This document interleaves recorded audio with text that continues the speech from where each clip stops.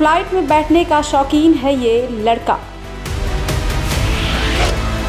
महिलाओं को देख करता है गंदी हरकत। बेंगलोर से लेकर दिल्ली पुलिस तक की उड़ी नींद। मतलब पैसेंजर वो तो वहीं पे रुक गए और ये चले गए हैदराबाद से दिल्ली। तो आपने जब ये आए, जिस फ्लाइट से आ रहे थे बेंगलोर टू हैदराबाद, तब इनके बैग में सामान नहीं था। और कनेक्टिंग फ्लाइट्स है हैदराबाद तो जब ये दिल्ली आए हैं तब इनके बैग में वही सामान है जो पैसेंजर था। Scanning image. लास्ट क्वेश्चन, पिछले बहुत रिसेंटली एयरपोर्ट के प्रियंका क्वेश्चन सिक्योरिटी पॉइंट ये बहुत हंगामा हुआ है कि मेरे बैग से ज्वेलरी गायब। तो क्या ये सारे केस इसी से रिलेटेड हैं?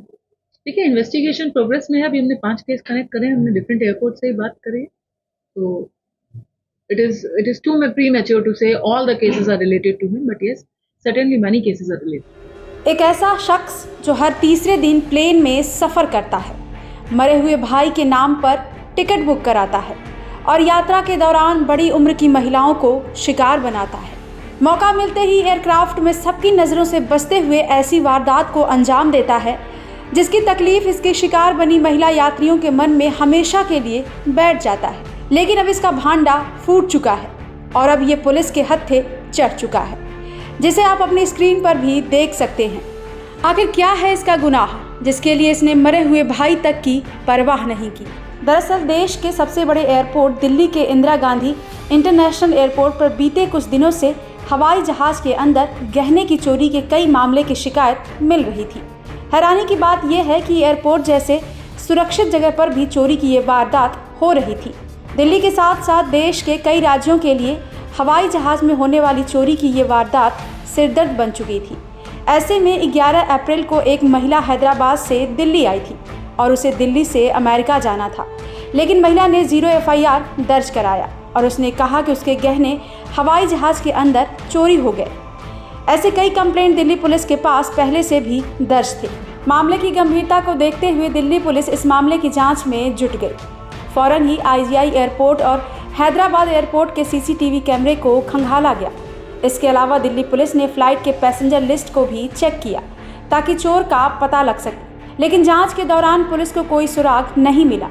आखिर में पैसेंजर लिस्ट की बारीकी से जांच की गई। उसमें एक पैसेंजर का मोबाइल नंबर उसके नाम से मैच नहीं खा रहा था और वो बहुत कम ऑन रहता था, लिहाजा पुलिस को उसके नंबर पर शक हुआ। इसके बाद पुलिस ने उस नंबर के कॉल रिकॉर्ड निकलवाए। जांच के दौरान पहाड़गंज में रहने वाले राजेश कपूर नाम के व्यक्ति पर शक हुआ। पुलिस ने सोशल मीडिया से उसका फोटो निकाला और पहाड़गंज इलाके में छानबीन के दौरान राजेश को उसके गेस्ट हाउस से गिरफ्तार कर लिया। गिरफ्तारी के बाद क्या कुछ सामने आया, सुनिए खुद पुलिस की जुबानी। तो कर ही रहा है, पर बीच में साइलेंट हुआ था और अभी पिछले 2 साल से एक्टिव है। अगर साल में ये 365 में से 110 बार ट्रैवल कर रहा है तो मुझे तो उम्मीद है 100 लोगों से ज्यादा लोगों को इसने अपना शिकार बनाया होगा। कुछ इंसिडेंट्स रिपोर्टेड है, कुछ नहीं है। हम लोग पीछे के भी सारे इंसिडेंट्स चेक कर रहे हैं। उम्मीद है कि अभी डिफरेंट एयरपोर्ट से भी हम टच में हैं, उनकी पुलिस को भी हमने इन्फॉर्म करा है, तो अभी काफी इंसिडेंट्स का खुलासा होने अकेले करते थे या इनके साथ और भी लोग हैं? अभी इन्वेस्टिगेशन प्रोग्रेस है। ये बताया उसने कि उसको आइडिया कहाँ से आया कि एयरपोर्ट के अंदर फ्लाइट? देखिए, क्राइम की भी और क्रिमिनल्स की भी एक धीरे धीरे स्टेप बाय स्टेप प्रोग्रेस होती है। पहले रेलवेज में करा, सक्सेस मिली, एम्बोल्डन्ड हुए, पकड़े गए, पूरे टाइम साइलेंट हुए, फिर किया, एक बार सक्सेस मिली तो दोबारा किया, पर अब इसको स्टॉप कर दिया गया है। कितना पढ़ा लिखा है? आई थिंक 12th पास तो इसने कर ही रखी है। ये इसके 11 केसेस रिपोर्ट हुए हैं अभी तक, पता चला नहीं। जो 11 केसेस में इसकी इन्वॉल्वमेंट है पुरानी, हाँ, तो और अभी हमारे 5 केसेस कनेक्ट हुए हैं। वो 5 केसेस वो IGI एयरपोर्ट के नहीं, इसमें एक हैदराबाद का है, बाकी 4 IGI के। 4 IGI के एंड रेस्ट जो 11 केसेस हैं वो 11 केसेस अलग अलग जगहों के हैं, तिलक नगर के हैं, कुछ रेलवे स्टेशन के, नई दिल्ली रेलवे स्टेशन के, कुछ IGI एयरपोर्ट के भी हैं। आप सुनता है कि प्राइवेट चेकिंग के टाइम पर ये जो गाड़ी पैसेंजर आगे जाते थे, तो क्या जो इसका कम्युनिकेशन है वहीं पर चेकिंग पॉइंट से ही स्टार्ट हो जाता था, वहीं पे हेल्प करने के नाम पर ही उनसे मेल जोल बढ़ाता था, या वो उनसे इंटरेक्शन कैसे है और क्या है? देखिए, ये अपने टारगेट को डिपार्चर काउंटर से ही फॉलो करता है मोस्टली। हर केस में डिफरेंट मॉडस ऑपरेंडी है, पर एक कॉमन पैटर्न है। जिसका डिपार्चर काउंटर पे देख लिया, यूजुअली जब आप हेवी आइटम्स लेके जाते हैं, जब मेटल ज़्यादा होता है, तो कभी आप डिपार्चर काउंटर पे भी डिक्लेयर करते हैं, बताते हैं। तो वहाँ पे भी कभी कभार आप लोग अपना जो पर्ची लेते हैं उसमें खोल के दिखाते हैं, तो वहाँ पे भी वो ऑब्जर्व करते हैं। जब आपकी स्कैनिंग होती है तो उस समय कुछ पैसेंजर्स जो अपना छोटा पाउच होता है बाहर निकाल के स्कैनिंग करते हैं, सिक्योरिटी चेक। फिर फर्दर एक पैसेंजर बिहेवियर ऑब्जर्व करता है। जनरली जब आप वैल्यूएबल्स लेके जाते हो तो आप अपने बैग के प्रति ज़्यादा सचेत होते हो, और लेडीज़ और सीनियर, क्योंकि वो वनरेबल होते हैं, सीनियर सिटीजन और लेडीज़, तो ये उसका एक मॉडस ऑपरेंडी है टिपिकल। और फ्लाइट के जब स्टार्टिंग टाइम होता है, जब बोर्डिंग का टाइम होता है, उस समय पैसेंजर्स कम होते हैं और senior citizen generally priority check in में जल्दी चले जाते हैं, या ये खुद ही इंजिस्ट करके बोल देता है। तो ये मोस्टली इसका जो इंटरेक्शन हमने जो ऑब्जर्व करा है वो बोर्डिंग गेट के पास ज़्यादा दिखता है, बाकी तो ये ऑब्जर्वेशन है। क्योंकि ना उसमें ये वो है कि और सीट नंबर्स अलग अलग है। एक सीट किसी का 1F है और किसी का जो जिसका सीट नंबर है हो सकता है 24 सी है। तो इतने लंबे ये आपका डिस्टेंस गैस वर्क में है, वो ये आपका गैस वर्क है।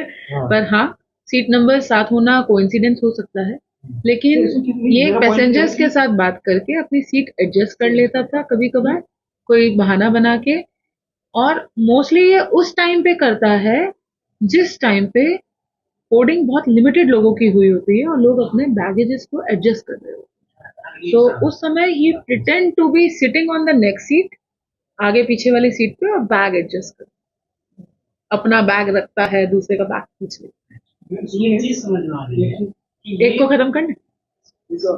आपने मुझे ये इनबाउंड और आउटबाउंड दोनों फ्लाइट्स मैं समझना चाह रहा हूँ कि आपने कहा एक्सरे जब देखे गए तो उसमें एक्सरे में मैं आपकी क्वेरी समझ गई हूँ।